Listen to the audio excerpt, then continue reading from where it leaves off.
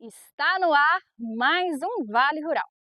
E como o objetivo desse programa é levar informações ao produtor rural, e considerando que estamos vivendo em uma época chegando aí ao plantio, nós iremos falar especificamente hoje do plantio do eucalipto. Vamos lá!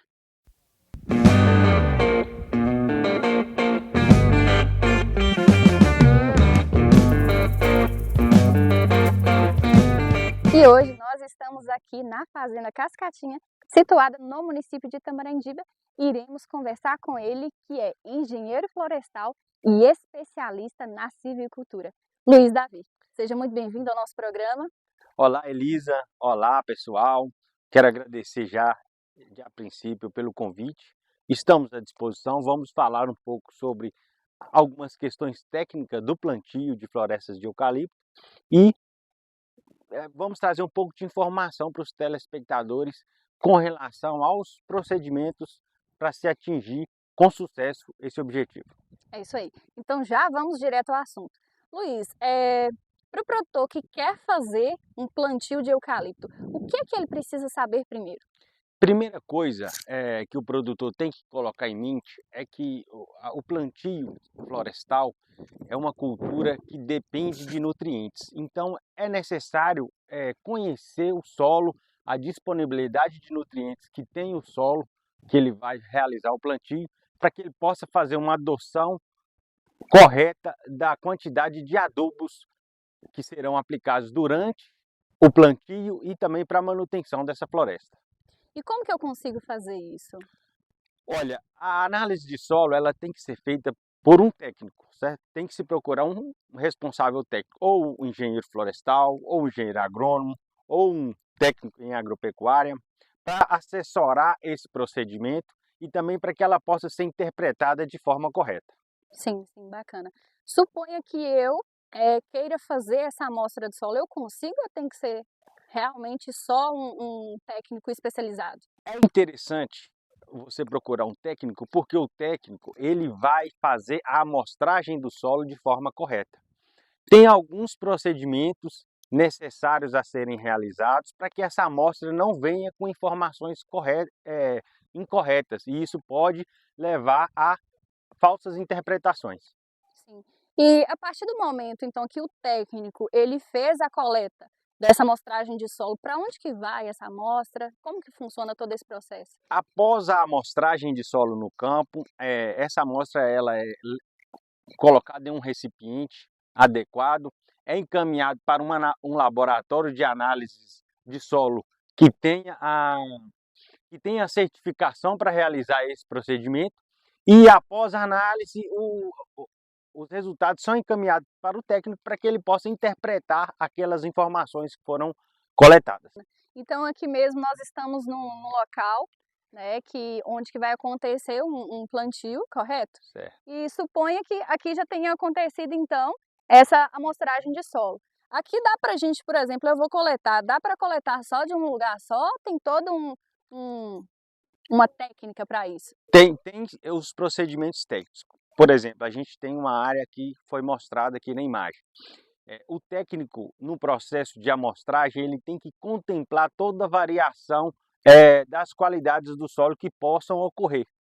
E essa é um dos preceitos de se procurar um técnico, porque ele sabe identificar onde o solo está mudando a qualidade, onde o solo está mudando a condição de fertilidade, e se necessário ele fará uma amostra ou duas amostras de solo, ou três, dependendo da área e também dependendo das variações da qualidade do solo naquele local. Sim, bacana.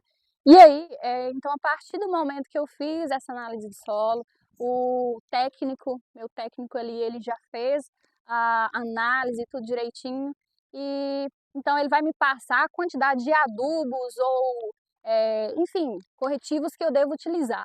Mas como saber o momento ideal para utilizar isso no campo, o adubo ou a correção? Antes da gente falar um pouco sobre a utilização do adubo, o produtor tem que ter em mente que ele deve planejar a sua atividade florestal para que ele possa colher frutos do seu planejamento. dentro desse planejamento, após a amostragem de solo, ele deve definir qual que é a finalidade da sua produção. E a sua finalidade de produção também influencia na forma de adubação e também na forma com que ele vai conduzir essa floresta. Então a gente tem que amostrar o solo, planejar, dimensionar qual que é o objetivo dele, o que ele pretende colher, e aí a gente passa para a parte de colocar o adubo no solo, fazer as correções necessárias para que aquela planta seja bem sucedida e a lavoura também tenha os seus objetivos alcançados. Bom, Luiz, para fazer um bom plantio, o produtor ele precisa primeiramente ter mudas de qualidade. Quais as dicas que você passa, né, para o pessoal para que isso possa ser feito realmente, né, adquirir mudas de qualidade? O produtor rural, no momento que ele procurar um viveiro, ele tem que observar algumas características das mudas que esse viveiro vai fornecer para ele. Uma das características é a copa daquela muda. Ele tem que observar se aquela copa está bem formada, se as folhas estão sem deficiência nutricional. Observar também o vigor daquela muda através do formato com que ela se encontra no momento que ele está adquirindo.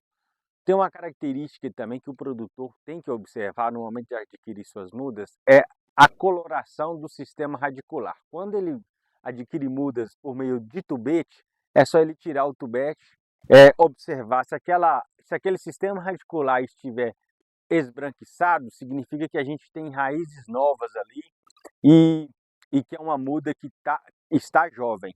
Ele não deve adquirir mudas que tenham características mais escuras, do sistema radicular escuro, porque verifica-se que é uma muda que já passou do ponto de ser plantada.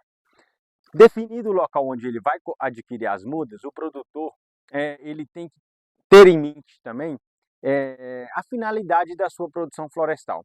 Ele vai plantar a sua floresta para chegar em qual objetivo?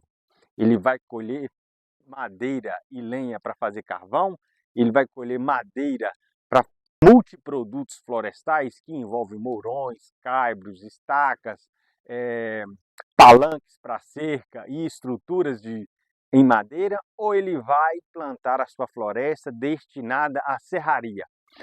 Esses três questionamentos iniciais devem estar muito bem claros com o produtor, porque isso define também qual espécie de eucalipto ele vai adotar no seu plantio, correto? Ô, Luiz, mas existe algum momento propício para fazer o plantio ou qualquer época do ano eu posso fazer? Ô Elisa, existe sim um momento propício para o produtor rural realizar o plantio das suas mudas. Geralmente é interessante que o solo já esteja úmido o suficiente para que se essa muda depois que for plantada ficar um período sem chuva, o próprio solo suprir a necessidade de água dela. Geralmente o pessoal adota a partir de 100 milímetros de chuva do período chuvoso, ou seja, choveu 100 milímetros, o solo está úmido, a terra está com disponibilidade de água imediata para a planta, é hora de plantar a sua floresta de eucalipto. Então, geralmente ali mais o mês de novembro, por aí, né? Próximo de novembro, dezembro. Isso. Certo? Mas também varia, né? Porque às vezes a chuva tarda e tudo mais. Isso. Os fenômenos climáticos, eles não são equações matemáticas que a gente consegue determinar exatamente. Existem variações do clima, existem anos que são mais chuvosos, existem anos menos chuvosos, e o produtor aguardar essa quantidade de precipitação é interessante porque se ocorrer algum fenômeno climático adverso ao seu plantio, o solo já tem água suficiente para que aquela planta possa desenvolver o seu sistema radicular. Sim. Agora, uma dificuldade também que o produtor ele enfrenta é que quando chega a época de plantio, ele muitas vezes ele não encontra aquela muda ali preparada para fazer o plantio, ou seja, precisa fazer então essa compra antecipada. Qual que é a dica em relação a isso que você pode dar para os produtores? Você falou uma questão muito interessante, e isso também entra no planejamento do produtor rural. Desde o período que ele faz a amostra de solo, que ele já está com o objetivo de plantar, ele já tem que procurar um viveiro da sua confiança, fazer a compra antecipada, fazer o seu pedido de muda, para que quando esse momento chegar de plantio, ele já está com a muda pronta. Só retirar o seu pedido e levar para campo. Porque se chegar no momento de plantar, ele for adquirir a muda, provavelmente ele não vai encontrá-la. Sim. E outra dificuldade também que o pessoal enfrenta é mão de obra, porque nesse momento né, o momento da chuva, então todo mundo vai plantar, então todo mundo precisa de mão de obra. Também esse preparo antes, né? Também essa necessidade de antecipar e se planejar. Já tem uma equipe que atende a necessidade do plantio que você projetou, que você planejou, já deixar esse pessoal ciente de que em determinado período você vai precisar do apoio deles, da contribuição, para que você tenha um sucesso no seu plantio. Sim, bacana. Fala também um pouco para a gente sobre o material genético, porque tem diversos, né? Tem diversos materiais genéticos. O material genético ele é interessante porque ele provavelmente está relacionado ao nível de produção que o produtor quer atingir. Então, a escolha de um material genético que foi trabalhado para a finalidade que ele escolher, determina também o sucesso no momento que ele for colher essa área, certo? Então, a gente tem aqui a adoção de algumas espécies de eucalipto que são plantadas na região. O eucalipto mais plantado aqui na região de Tamarandiba é o Cloesiana, por pequenos e médios produtores florestais. E ele é destinado para multiprodutos florestais. O produtor consegue ter dependendo do tempo que essa floresta for conduzida, ele consegue ter um poste, ele consegue ter um poste para eletrificação, ele consegue colher caibros e também estruturas para quiosques, estruturas para casas. A gente tem observado a colheita no município de Tamarandiba relacionada aos multiprodutos. E recentemente os produtores já estão vendendo até a casca do eucalipto. Então, plantar consciente no objetivo de colheita definirá o sucesso da sua produção florestal. Apenas para atender à sua exigência de cálcio e magnésio. Então, por isso a gente tem que adotar um calcário que tenha características de cálcio e magnésio. O magnésio está relacionado no processo de fotossíntese. Então, a deficiência de magnésio na sua lavoura florestal, no seu plantio florestal, vai gerar perdas expressivas na produção de biomassa. Sim, bacana. No local que a gente está aqui mesmo, a gente vê que parece que passou alguma máquina, a gente vê alguns adubos. Fala um pouco para a gente disso aqui. Eu falei um pouco aqui da suprir a necessidade de cálcio e magnésio, mas faltou outros elementos que eu também tenho que ressaltar aqui. O nitrogênio, o fósforo e o potássio são elementos fundamentais para o sucesso da sua produção florestal. A planta é um ser vivo que depende de uma boa alimentação. Assim como nós precisamos de uma boa alimentação para praticarmos as nossas atividades, para praticarmos esportes, a planta precisa de uma nutrição para que ela consiga atingir o objetivo que você definiu no momento do plantio. Então, nitrogênio, fósforo, potássio, boro, zinco, cálcio e magnésio são elementos essenciais e que não devem ser desconsiderados pelo produtor florestal. E aqui como que é aqui? Nesse momento, a parte de adubação, você tem duas fases. O produtor ele pode subsolar o solo e fazer uma adubação com cálcio e fósforo em profundidade, na linha de plantio. Posteriormente, ele vai plantar as suas mudas e fazer uma adubação de plantio, de acordo com as exigências estabelecidas através dos resultados da análise de solo. E depois do plantio, ele fará uma adubação de 90 dias e de 1 ano. E aí, a sua floresta tem a sua parte de adubação concluída e a parte de manutenção deve ser realizada sempre. Observar se as folhas têm alguma deficiência nutricional, é uma forma de entender como é que a sua floresta está comportando através da adubação que você destinou a ela. Ô Elisa, eu vou te dar um exemplo aqui, olha para você ver, esse produtor decidiu substituir uma produção ducloesiana para um clone de urograndes. Então, ele tem um objetivo e uma rota alterada na sua produção florestal, mas ele também tem seus motivos. Então, a gente tem que planejar, porque cada objetivo é diferente e tem que estar sempre sendo apoiado, assessorado por um técnico que entenda do negócio do produtor rural. Ô Luiz, mas qual que é a diferença fisicamente, como que eu identifico que um é cloesiana e o outro é clone? São várias características. O cloesiana você consegue identificar depois da árvore adulta, você consegue identificar pela casca. Ele sempre tem uma coloração acinzentada escura. E os clones, geralmente, os clones do urograndes, ele tem uma casca mais fina, e tem uma coloração mais clara, mais marrom amarelado. Sim. Certo? Uma das características que a gente observa também é a folha. Aqui a gente tem uma folha maior, uma folha mais brilhante, e quando a gente pega uma folha do cloesiana, ele já é uma tonalidade mais escura e uma folha de um tamanho menor. Agora, um dos grandes desafios também que os produtores enfrentam é a formiga. Fala aqui pra gente como que a gente pode combater. O combate da formiga, Elisa, ele deve começar até mesmo antes do processo de amostragem do solo. Para se ter eficiência no combate das formigas, você tem que se planejar 4 a 5 meses antes, e para que na época do plantio o formigueiro esteja completamente combatido, correto?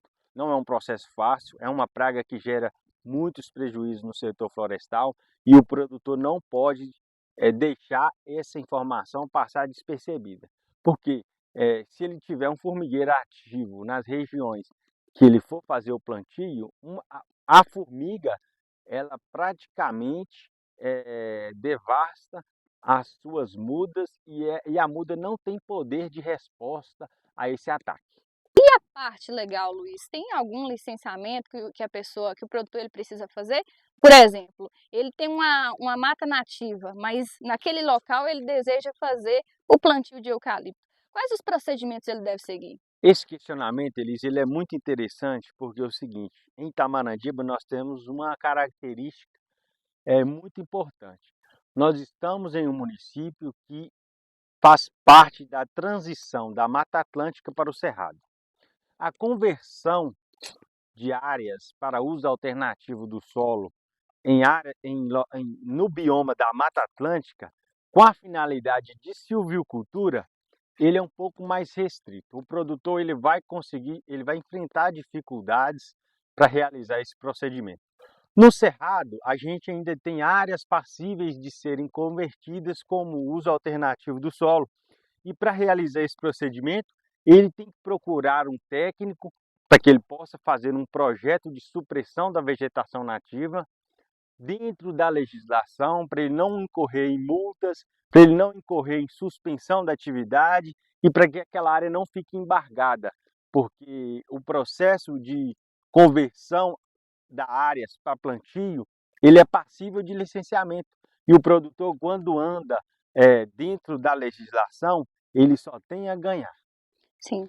E onde que o produtor ele vai para ter esse auxílio desse técnico? O técnico, ele pode procurar um engenheiro florestal, pode procurar gente da Isósceles Engenharia, porque a gente monta o projeto para ele para converter essa área de vegetação nativa disponível para utilizar e realizar o seu plantio florestal. Ok. E a documentação, existe uma documentação específica que o produtor ele tem que estar levando? As áreas, para ser licenciadas, elas devem ter declaração de posse ou registro de imóvel. Essas duas condições também, o produtor pode ser assessorado na Isósceles de Engenharia, que a gente trabalha lá também com a regularização fundiária de imóveis rurais, georreferenciamento, retificação de áreas. E isso aí tem que ser realizado por um técnico. O processo dentro do órgão do IEF tem que ser realizado por um técnico, porque o técnico é o profissional mais adequado para assessorar o produtor nesse procedimento e para que ele esteja sempre alinhado com a legislação e não incorrer em processos que impeçam ou que dificultam a sua produção no futuro. Sim. Então suponha que eu queira fazer um licenciamento ambiental. Quanto tempo que leva aproximadamente para ficar pronto? Essa é uma pergunta que eu não posso te responder com exatidão. Eu posso falar um período. O produtor, o quanto antes ele iniciar o procedimento, mais rápido ele vai ter a sua licença. Mas como depende da análise, depende do nível de licenciamento que esse produtor vai se enquadrar, tudo isso implica no processo de demora. Mas mesmo assim, quero novamente frisar aqui com você que o caminho certo é seguir a legislação. O produtor pode produzir, ele deve produzir, porque a terra ela tem uma função social, que é a produção, gerar economia, gerar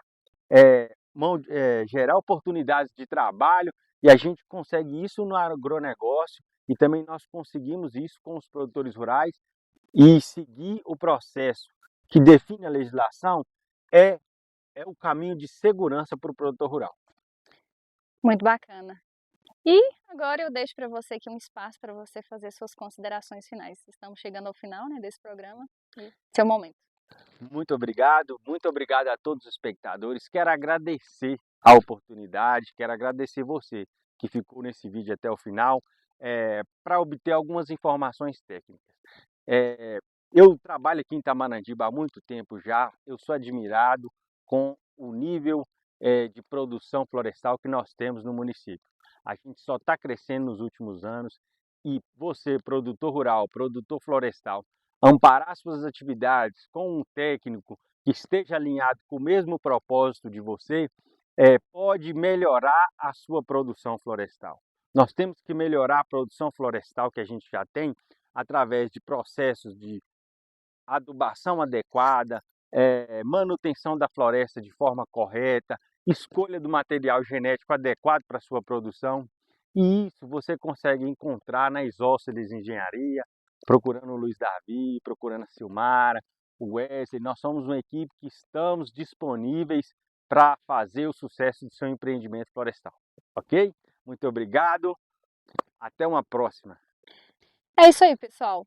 Encerramos aqui então mais um Vale Rural e gostaria de ver aí a sua participação. Você, produtor rural, deixa aqui pra gente qual que é a sua demanda, o que é que você quer que a gente fale nos próximos programas, porque isso é de suma importância, porque é a sua demanda que a gente quer trazer aqui.